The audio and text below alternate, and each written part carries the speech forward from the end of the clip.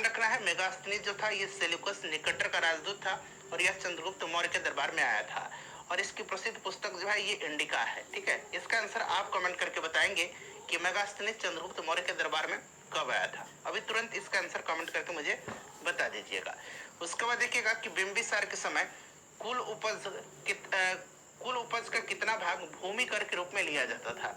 देखिए बिंबिसार जो था यह हरेंक वंश का संस्थापक था, ये आपको भी पता होगा। ठीक है फ्रेंड्स, और देखिए बिंबिसार प्रथम भारतीय शासक था जिसने अस्थायी सेना बना रखी थी, जिसके कारण इसे श्रेणीय कहा जाता था। क्या कहा जाता था? श्रेणीय कहा जाता था। ठीक है, याद रखिएगा। देखिए 1/6 इसका राइट आंसर हो जाएगा ऑप्शन नंबर डी। अगला प्रश्न है कि किस राज्य के राजा के आक्रमण के भय से अजात शत्रु ने राजगृह का दुर्गीकरण करवाया था?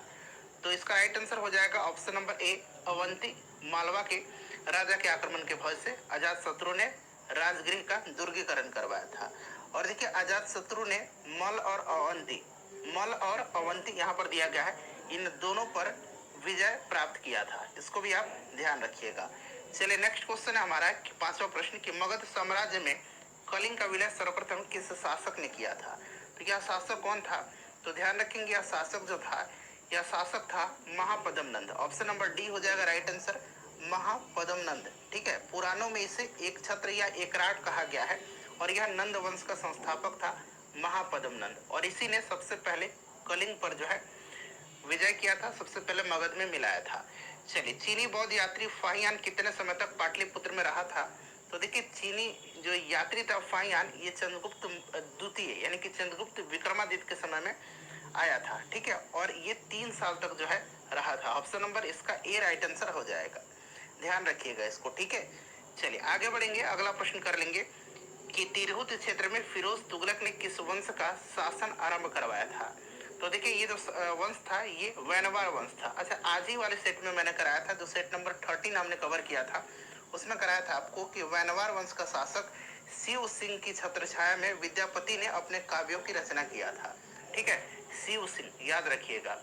चलिए आगे बढ़ेंगे, नेक्स्ट क्वेश्चन कर लेंगे अब। अगला प्रश्न है कि अकबर द्वारा संपूर्ण बिहार पर नियंत्रण कर लेने के पश्चात प्रशासनिक सुविधा की दृष्टि से बिहार को कितने परगनों में बांटा गया था? देखिए प्रशासनिक सुविधा की दृष्टि से बिहार को टोटल इसने 7 सूबों में और 199 परगनों में जो है विभक्त किया था। सूबा पूछा जाएगा तो बिहार को 7 सूबों में इसने बांटा था और परगना पूछा जाएगा तो 199 परगनों में इसे बांटा था प्रशासनिक सुविधा के लिए। अगला प्रश्न है कि कंपनी सरकार के कार्यकाल में किस वर्ष बिहार में भीषण अकाल पड़ा था? तो ये पड़ा था कब? तो 1770 में। ठीक है, चलिए वीर कुंवर सिंह की मृत्यु कब हुई थी? तो इनकी मृत्यु हुई थी 26 अप्रैल 1858 को। अगला प्रश्न कि बिरसा मुंडा के गुरु कौन थे? तो ये आनंद पांडे थे। पटना में रामकृष्ण सोसाइटी की स्थापना किसने किया था? तो पटना में रामकृष्ण सोसाइटी की स्थापना 1906-07 में जो है किसने किया था? तो 1906-07 में पटना में रामकृष्ण सोसाइटी की स्थापना बाबाजी ठाकुरदास के द्वारा की गई थी। यहाँ पर देखिएगा ऑप्शन नंबर ए जो होगा बाबाजी ठाकुरदास। ठीक है, चलिए उसके बाद देखिए सतयुग नामक पत्रिका के संपादक कौन थे? तो ये कौन थे फ्रेंड्स? यह पुरुषोत्तम नारायण नंदा थे। ठीक है, अगला प्रश्न करेंगे कि भागलपुर में आयोजित बिहार प्रांतीय सम्मेलन का दूसरा अधिवेशन हुआ था और पहला अधिवेशन पटना में हुआ था। ठीक है, ध्यान रखेंगे। पूछा गया कि दूसरे अधिवेशन की अध्यक्षता किसने किया था? तो फ्रेंड्स ये किया था सच्चिदानंद सिन्हा ने। चलिए नेक्स्ट क्वेश्चन करेंगे कि निम्नलिखित में से किसने संथाल विद्रोह का नेतृत्व किया था? तो देखिए संथाल विद्रोह 1855 में हुआ था और इसका नेतृत्व जो है किसने किया था? तो इसका नेतृत्व सिद्धू कान्हू, चांद और भैरव ने किया था। तो यहाँ पर देखिए सिद्धू कान्हू दिया गया है।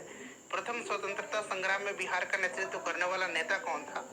तो ये आपको पता है वीर कुंवर सिंह थे। ठीक है, चलिए उसके बाद देखिएगा कि भारत छोड़ो आंदोलन के समय किस व्यक्ति ने महाधिवक्ता यानी कि एडवोकेट जनरल के पद से त्यागपत्र दिया था?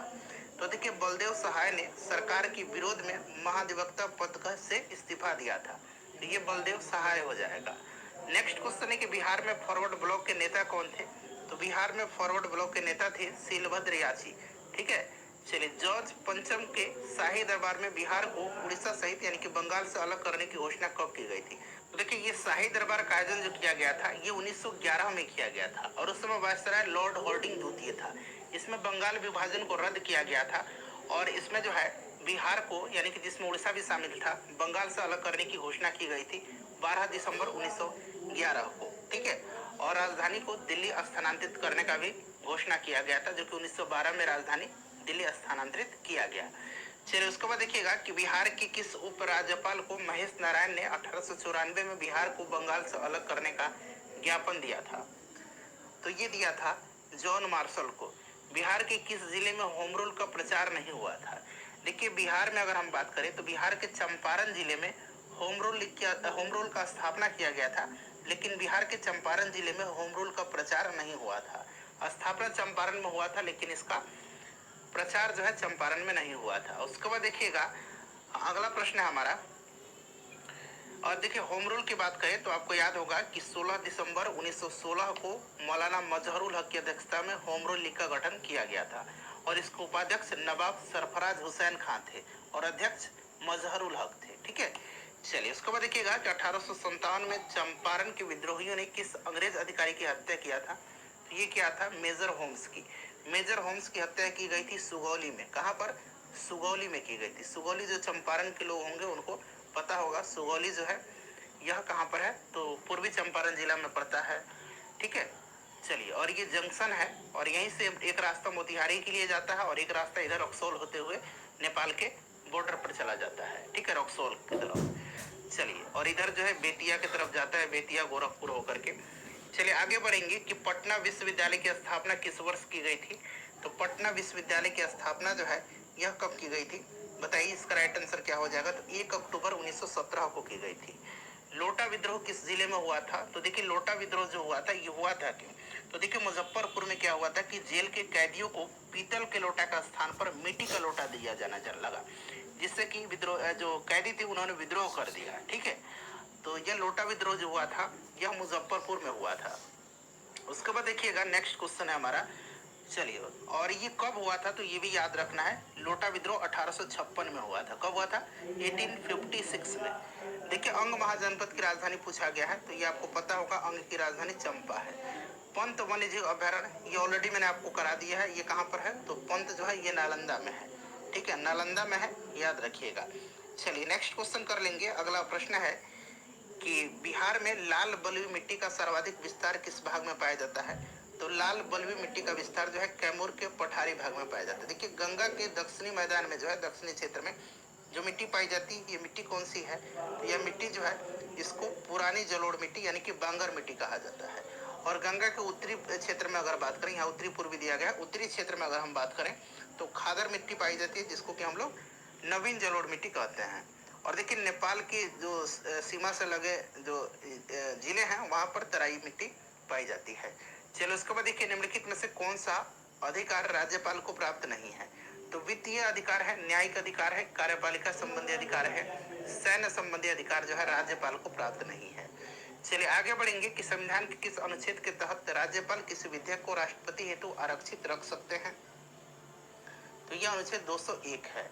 अगला प्रश्न है कि निम्नलिखित में से कौन सी मिट्टी दक्षिण बिहार में नहीं पाई जाती है? तो यहाँ पर देखेंगे आप तराई मिट्टी, अभी मैंने आपको बताया तराई मिट्टी जो है यह नेपाल की सीमा के साथ जो जिले हैं वहां पर पाई जाती है, उत्तरी क्षेत्र में यह पाई जाती है, दक्षिण बिहार में नहीं, उत्तरी बिहार में यह पाई जाती है। उसके बाद देखिए बिहार में मुख्यतः कितने प्रकार की ऋतुएं पाई जाती हैं?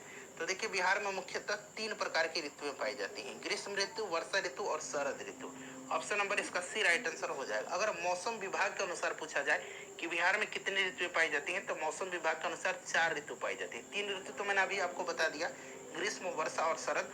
और मौसम विभाग के अनुसार जो चौथा ऋतु है यह मानसून निवर्तन का ऋतु है, मानसून निवर्तन का ऋतु है, ठीक है, तो इसको भी याद रखिएगा। चलिए आगे बढ़ेंगे कि बिहार में ग्रीष्म ऋतु की अवधि, तो ग्रीष्म ऋतु की जो अवधि है ये कब है बताइए?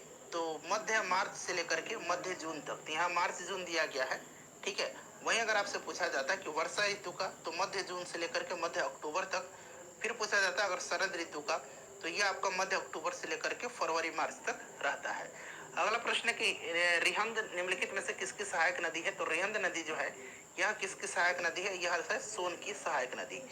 उसके बाद देखिएगा कि निम्नलिखित में से कौन सी नदी बिहार के सबसे पूर्व में प्रवाहित होती है? तो ये मैंने आपको बता भी दिया था कि यह महानंदा सबसे पूर्वी भाग में यह प्रवाहित होती है। बिहार लोकसभा आयोग सदस्यों का सेवानिवृत्ति का अधिकतम आयु क्या है? यहाँ पर ध्यान दीजिएगा, अनुच्छेद 315 के तहत, अनुच्छेद 315 के तहत जो है बिहार लोकसभा आयोग का गठन किया गया है और इसके सदस्यों का जो कार्यकाल होता है ये 6 वर्ष का होता है या फिर 62 वर्ष की आयु जो भी पहले पूरी हो जाती है ये अवकाश ग्रहण कर लेते हैं। तो 62 वर्ष इसका राइट आंसर हो जाएगा। उसके बाद देखिएगा कि राज्य की सबसे छोटी प्रशासनिक इकाई क्या? तो देखिए राज्य की जो सबसे छोटी प्रशासनिक इकाई है ये ग्राम पंचायत है। ठीक है, ध्यान रखिएगा, ग्राम पंचायत है। देखिए किसके अनुमति के बिना विधानसभा में धन विधेयक प्रस्तुत नहीं किया जा सकता है? बहुत ही सिंपल क्वेश्चन है, ये राज्यपाल हो जाएगा।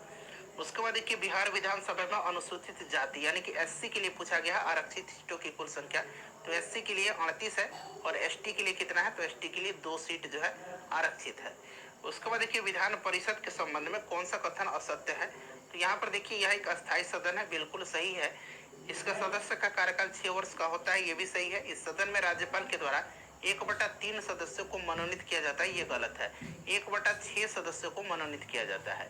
इसके सदस्य प्रति 2 वर्ष पर 1/3 सदस्य सेवानिवृत्त होते हैं, ये भी सही दिया गया है। ठीक है, ऑप्शन नंबर इसका सी जो है यह कथन असत्य दिया गया है। चलिए उसके बाद देखिएगा कि विधान परिषद के लिए कितने सदस्यों का निर्वाचन विधानसभा के सदस्यों के द्वारा होता है? तो विधानसभा के सदस्यों के द्वारा 1/3 होता है और 1/6 राज्यपाल के द्वारा मनोनीत किए जाते हैं, अभी मैंने आपको बताया। पटना मेडिकल कॉलेज की स्थापना किस वर्ष की गई थी? तो इसकी स्थापना किया गया था 1925 में। ठीक है, 2011 की जनगणना के अनुसार बिहार में महिला साक्षरता दर, अच्छा ओवरऑल साक्षरता दर 61.8% है, पुरुष साक्षरता दर 71.2% है, महिला साक्षरता दर 51.5% है।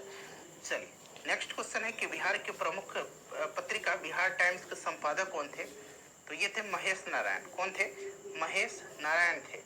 नेक्स्ट क्वेश्चन कर लेंगे कि किस वर्ष भारत के 11वें राष्ट्रपति डॉक्टर एपीजे अब्दुल कलाम जी ने बिहार के विधानमंडल के संयुक्त सत्र को संबोधित किया था? तो इन्होंने कब किया था? इन्होंने किया था 2006 में। अगला प्रश्न है कि नालंदा विश्वविद्यालय के प्रथम चांसलर कौन थे? तो प्रथम चांसलर जो थे ये अमर्त्य सेन थे। ठीक है, प्रसिद्ध अर्थशास्त्री अमर्त्य सेन थे। अमर्त्य सेन को भारत रत्न से कब सम्मानित किया गया था? तो भारत रत्न से इनको 1999 में सम्मानित किया गया था और नोबेल पुरस्कार इनको अर्थशास्त्र के क्षेत्र में 1998 में दिया गया था। तो दोनों को ध्यान रखिएगा। ठीक है, चलिए नोबेल पुरस्कार 1998 में, भारत रत्न 1999 में। उसके बाद देखिए डॉक्टर राजेंद्र प्रसाद केंद्रीय कृषि विश्वविद्यालय कहाँ पर स्थित है? तो फ्रेंड्स यह स्थित है समस्तीपुर में।